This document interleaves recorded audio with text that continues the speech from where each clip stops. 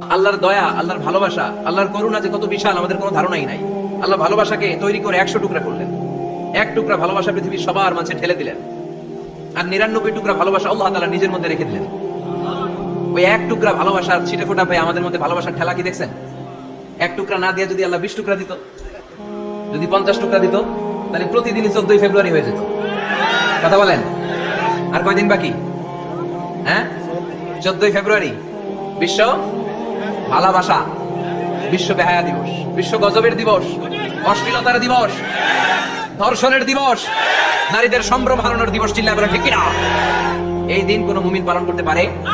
বাবা যারা এসেছেন ছেলেদেরকে মেয়েদেরকে সাবধান করে, ওই দিন যেন আপনার ছেলে মেয়ে 5 ওয়াক্ত সালাত জামাতের সাথে পড়ে, ওই দিন যেন আল্লাহর কোরআন তেলাওয়াত করে আল্লাহর কাছ থেকে ক্ষমা চেয়ে নেয়। এই দিনগুলো আমাদের জন্য নয়, এগুলো পাশ্চাত্যের লোকেরা পালন করে, যাদের মধ্যে কোনো ভালোবাসা নাই, যাদের মধ্যে কোনো মায়া মহব্বত নাই, যাদের মধ্যে কোনো দরদ নাই।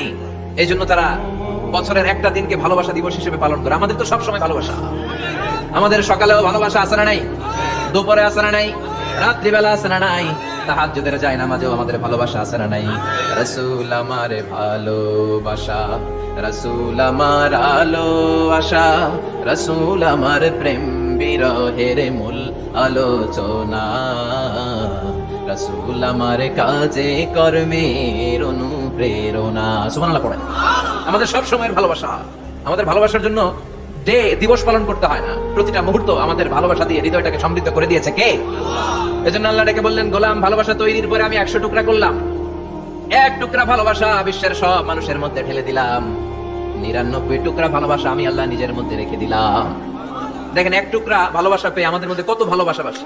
ভালোবাসার গান আছে না নাই, নাটক আছে না নাই, উপন্যাস আছে না নাই, ভালোবাসার ফিল্ম আছে না নাই।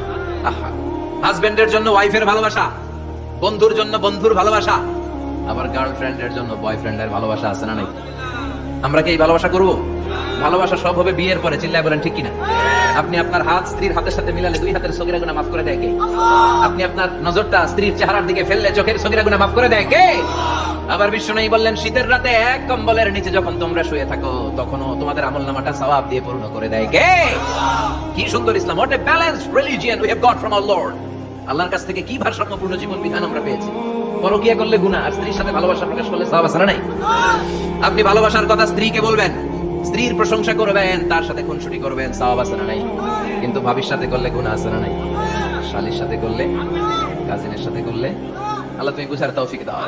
ভালোবাসা তিনি 100 টুকরা করে সবার মধ্যে ঢেলে দিলেন, এক টুকরা নিজের মধ্যে রাখলেন 99 টুকরা। এরপরে কত ভালোবাসার উপমা গোটা বিশ্বব্যাপী।